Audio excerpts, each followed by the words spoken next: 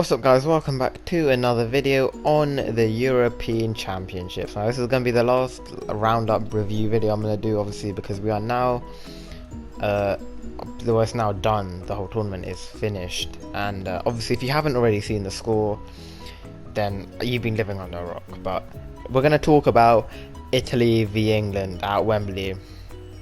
Obviously the English fans were all gassed this coming home. Obviously I had owed a Brentford shirt if England won, and when England went ahead after just 2 minutes through a Luke Shaw goal, I was getting a bit worried that I might actually have to buy a Brentford shirt. Obviously for this game as well, England changed their system. They went from a 4-2-3-1 or 4-3-3 at times to like a 3-4-3 or a 5-2-3, depending on how you want to look at it. They brought Trippier in and put Walker at centre back. And for the first half, to be fair, England were the better team, especially the first 20 minutes. Italy really didn't do anything, but they did grow into it later on in the half. Chiesa had a very good shot on his left foot from out of the box. I went just wide. That would have been a very good goal. Phillips also had a chance which initially looked like a very good shot, but on replay it was actually not very good. So yeah, at half time England 1-0 up, and yeah, obviously Wembley was like, cheering, they were all gassed. But in the second half, England just did not do anything. They were so poor. Again, just in total, in the whole match, they only had 6 shots. And some people genuinely believe that they played better when Italy had 20 shots. But anyway, Italy, first 25-30 minutes, just so dominant, creating a lot of chances. Pickford making a couple good saves. He was England's best player this tournament, without a doubt.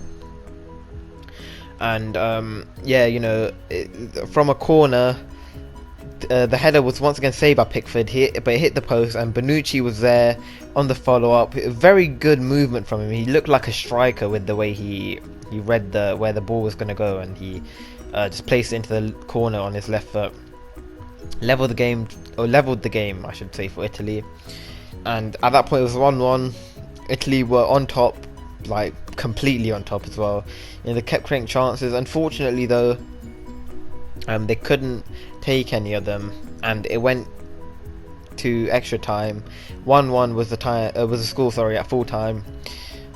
And yeah, I have kind of lost my voice as well a little. I did a little bit. It's mostly back now, I think. But yeah, in extra time, England, to be fair, did play a little bit better. They got a bit more of a grip on the game. Not really enough though.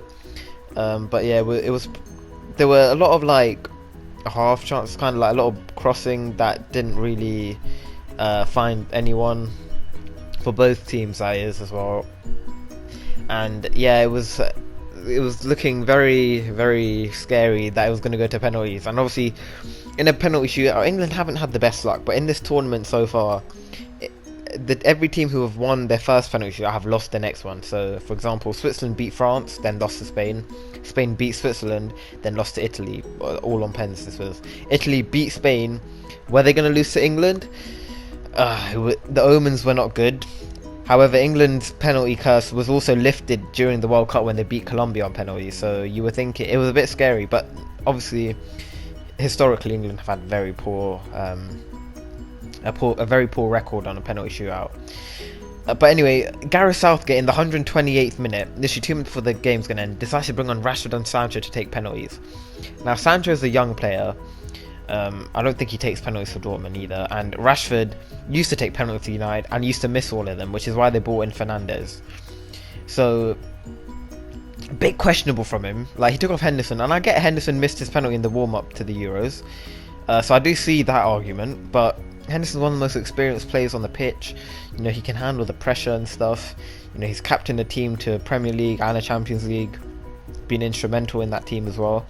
So, and he brought him on off the bench for Declan Rice during the second half. So it's a bit questionable as to why he got taken back off. But Gareth has proven his some of his decision making is very, very poor.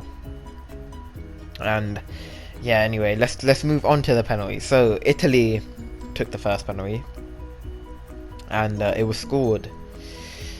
Then England, Harry Kane stepped up for England, and he scored a very, very good penalty. Donnarumma dived the right way, but it's no way he was going to get that, man. Such a powerful penalty right in the corner as well. Literally no chance. Italy then missed their next penalty, and Maguire stepped up for England and smashed. He broke the camera in the top corner because of how powerful his strike was. It was an arrow. And at this point, England had the advantage. They were 2-1 up with the same amount of penalties taken each. I was getting a bit scared that the Brentford shirt would have to be bought. And I was like, oh no. Italy then made it 2-2. Pickford dived the right way, but I think it was Bernardeschi who took this one. And Pickford's short arms couldn't reach the ball because he's a T-Rex. Then Rashford stepped up for England. Sent Donnarumma the wrong way, but he hit the bottom of the post. And the advantage for England had gone at this point, and Italy then took the next one, made it 3-2. Sancho steps up for England, and he misses, and now it's advantage Italy. Italy score the next one. It's not coming home. It's going Rome. Jorginho steps up. This man scored the winning penalty against Spain. He's Chelsea's penalty taker. Everyone knows his routine as well. You know, he does a little hop and skip, and then taps it into the corner usually. However, Pickford saved it, and it was 2-2. And no, sorry, not 2-2. It was still 3-2, but with England having a penalty in hand. If Bukayo Saka, he steps up, and if he scores, it's 3-3, and it goes to sudden death. And he misses, and Italy become champions of Europe in Wembley. In whoever hosts the Euros, man, it's just unlike. Like in 2004, Portugal hosted the Euros, and Greece won it in Portugal against Portugal. In 2016, France beat Portugal in the final. France hosting, France lose. I was very sad that day, man. Portugal did not deserve to even be in the final. Like, they won one match in 90 minutes in that tournament, and they were poor in the final as well, but they got a lucky goal and won it. And I still remember being very heartbroken that day, but anyway, we move. And now in 2020, Euro 2020 in 2021, but it's still called Euro 2020. The final was at Wembley in England, and England were in the final against Italy. This could be England's biggest ever chance to get another international trophy. Like, France underperformed massively. Germany were not good this tournament either. Belgium got knocked out by Italy as well, and yeah, they fluffed it, unfortunately for them. Luckily for me though, because I didn't want to have to buy the shirts. But speaking from honestly, what the English fans have done after the game is disgusting. The way they're racially abusing Rashford and Saka and Sancho it should not be happening.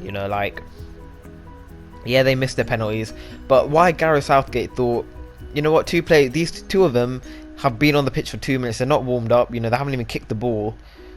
Why is they taking a penalty? Why is a 19-year-old there? Grealish was on the pitch. Why didn't he take a penalty? I'm pretty sure Sterling was still on the pitch, and he might not be the best at penalty, but he's still more experienced. Why are you taking off Henderson, who's one of you? Maguire don't take penalties. He's an experienced player. He's dealt with the pressure. And I feel it's sad for them, because Saka's been very good in the tournament. Yeah, he didn't really perform very well in the final, but in the other games he was one of England's best players. Rashford and Sancho didn't even get a chance to play in the tournament, really. They had a couple minutes in a couple games maybe, but it was baffling to see who took the penalties for them. Obviously with Italy, it was they're similar penalty takers to the ones that took them against Spain.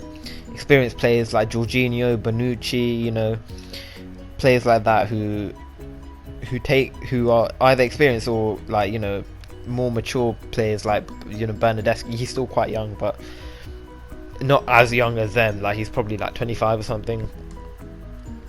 So, and Berardi as well.